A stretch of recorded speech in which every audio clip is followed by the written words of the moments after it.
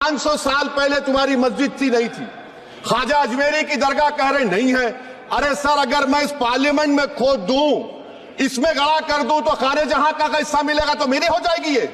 आप बताइए सर, आज मेरी बेटियों को गवर्नमेंट के एजुकेशन इदारों में हिजाब पहनने से रोका जा रहा है, तो ये आर्टिकल 25 का प्रोसेस कहां तक कामयाब हुआ, ये अक्लमंद लोगों पर छोड़ता हूं। प्रैक्टिस सर, आर्टिकल 25 में अमल करना। कई रियासतों ने ऐसा कानून बना दिया कि आप ये नहीं खा सकते, आप वो नहीं खा सकते, कैटल स्लॉटर एक्ट का एक्ट बना दिया।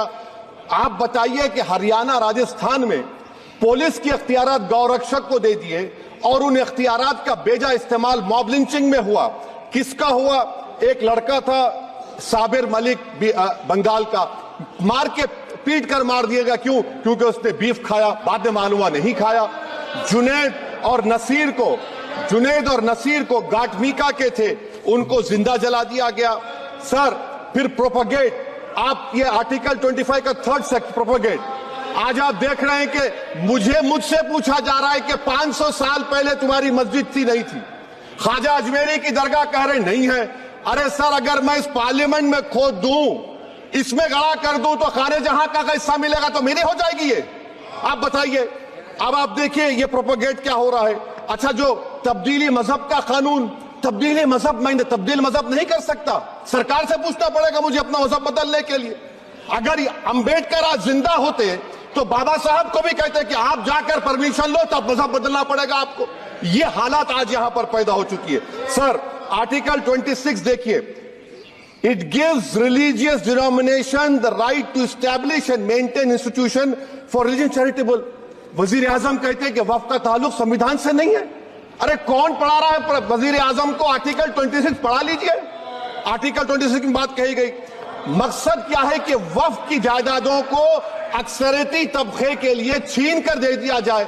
आप अपनी ताकत की बुनियाद पर छीनना चाह रहे। सर, दफा 29 पे आ जाइए, आर्टिकल 29। लैंग्वेज का, जबान का तहफ्फुज है। उर्दू को खत्म कर दिया गया। वो उर्दू जिसके हमारे मुजाहिदीन आजादी ने नारा दिया था, इनकलाब जिंदाबाद का, उस जबान को आप खत्म कर रहे हैं। कल्चर, आप कल्चर की बात इनसे पूछ लीजिए, वो बोलेंगे नहीं, हमारा जो कल्चरल नेशनलिज्म है वो कल्चरल नेशनलिज्म नहीं है बीजेपी का, वो कल्चरल नेशनलिज्म आलाजाद का, हिंदुत्व का नेशनलिज्म है, जो भारत के इंडियन नेशनलिज्म से बिल्कुल मुख्तलिफ है। सर, अब आप आ जाइए। सर, आर्टिकल 30 पे आ जाइए। सर, आर्टिकल 30 पे आ जाइए। सर, आर्टिकल 30 में माइनॉरिटीज को राइट दिया गया। This house has passed a law in 1981 to give minority AMU. This government went to the Supreme Court and said no, we'll oppose minority status. This house voice was suppressed in the Supreme Court, sir. That is why I say that the executive has argued contrary to the parliament. Sir, right to life तो उस वक्त भी था। मैं आपको मिसाल दे रहा हूं। सर, दिसंबर 63 में, 63 में कश्मीर में रसूलुल्लाह सल्लल्लाहु अलैहि वसल्लम के मुंह मुबारक की चोरी हुई, तो पूरे देश में, sir, only 2 minutes, sir, only 2. Please, I know. Only 2 minutes, sir. Please, sir, only 2. Time is not the Prime Minister. Sir, I'm concluding. I'm concluding. Please, he has to reply. Listen to me, sir. Sir, my shikwa Hind bayan. One minute. I'll conclude, sir. 2 minutes. Now, in Article 20, after that in 63, 8 lakh Muslims were pushed into East Pakistan. What has changed? Please tell me. 2013 Muzaffarnagar, 50,000 were shifted. Sir, riots happened. Nelly massacre, Hashimpura, Maliana, Mumbai 93, Ahmedabad 69, Gujarat 2002, 22, Delhi 84, Delhi. Nothing has changed, sir. Lastly, sir. Please. Lastly, sir, on judiciary, sir, I'm concluding, sir. On judiciary, sir, CAA is not being heard. 2 sitting chief ministers get bail, but Stan Swamy died in the prison, sir. That is why I say the institution functioning of judiciary is not accountability. And lastly, sir, just now Ravi Shankar Prasad had quoted a book. In that book, there's a Tipu Sultan also. Okay. That is sir, I'm concluding by reciting a sher. On this I conclude, sir.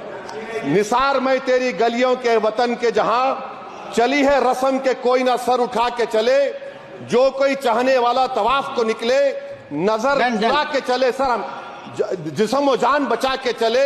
बहुत है जुल्म दस्ते बहाना श्री दूर के Saudi लिए। अरब। Sir हम कल जो चंद अहले जुरू तेरे नाम लेवा है, प्रोफेसर साउदी अरब। इख्तिदार की कुर्सियों पर बैठने वाले जो लोग थे और है वो इंटेलेक्चुअली डिसऑनेस्ट है। संविधान सच्चा है। जय भीम, आइन जिंदाबाद। Professor please Saudi Arab.